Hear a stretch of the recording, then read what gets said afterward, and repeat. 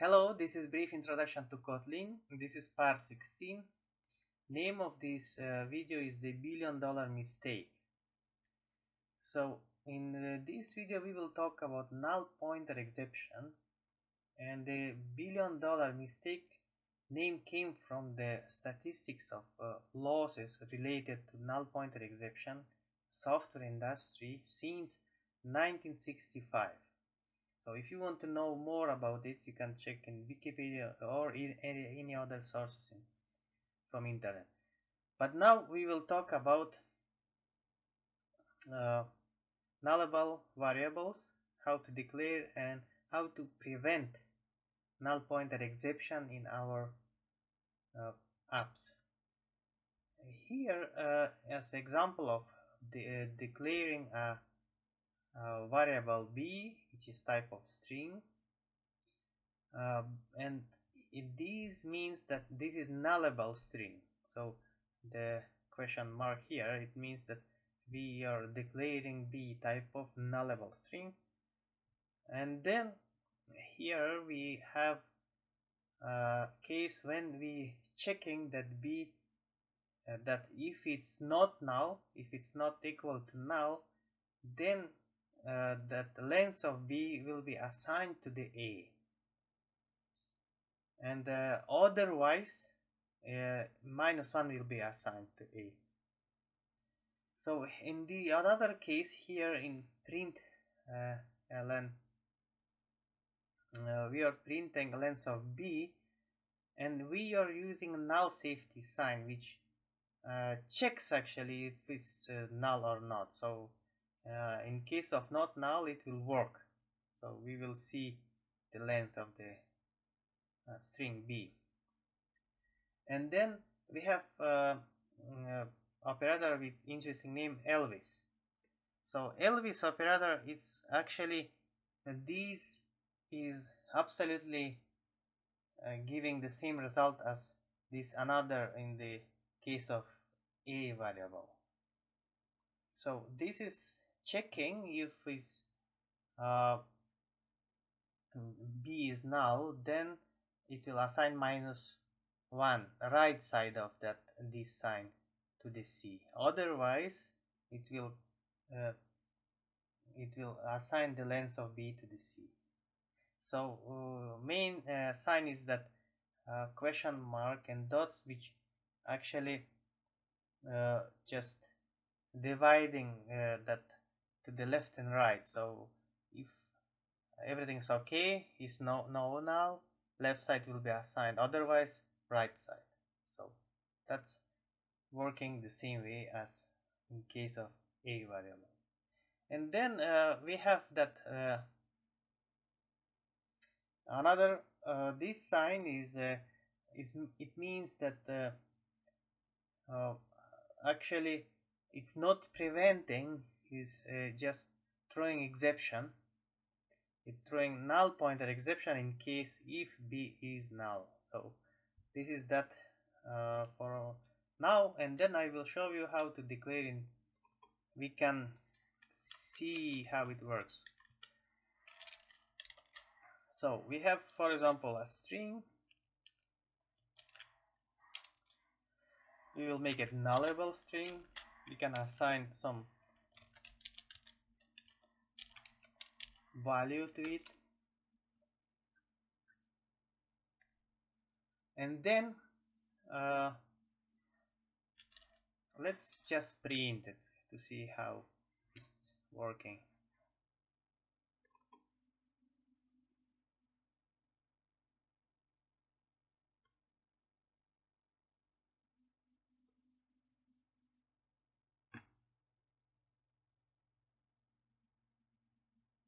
So as you see, it's working. Now what will happen if we assign null? Let's see.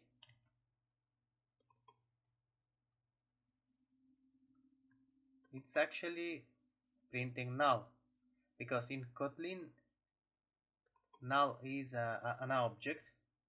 So we can talk about this, but we want to avoid cases when we have problem with null, when it's null exception is thrown. So for example, if we have a variable d type of int, and then we would like to assign length of s, that string, as you see it shows here error, and it says that it's not safe. Okay, so we have to check for safety. So we can use actually if structure, where we can check if s is not null,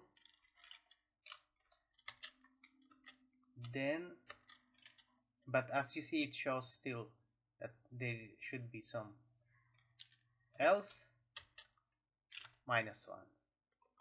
So now we have that in previous slide we can, when I showed to you that case when we are checking first if it's null and or not, and then if it's not null then we are assigning the length, otherwise -1. So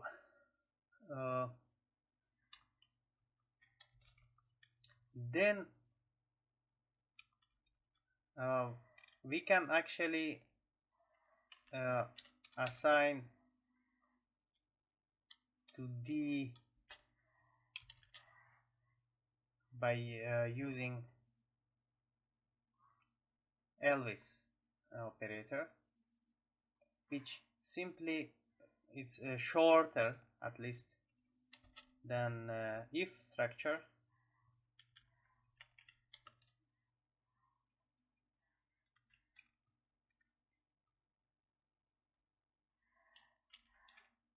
So this way we can assign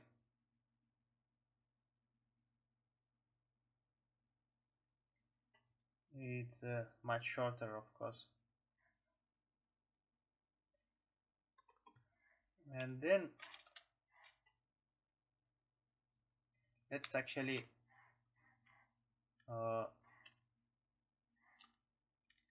throw an exception. So for that we can have variable b equals to s, and then the NPA operator, and as you see we have exception. So immediately it didn't do anything, it just threw that exception because s is null. So that's the point, we want to avoid that situation. And now we can actually write a string here, and then print d.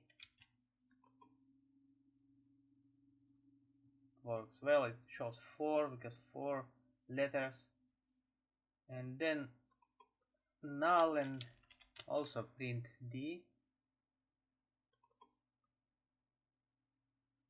It shows -1. Why? Because here assigned -1, it checked first s and it was null and just assigned -1 with Elvis operator.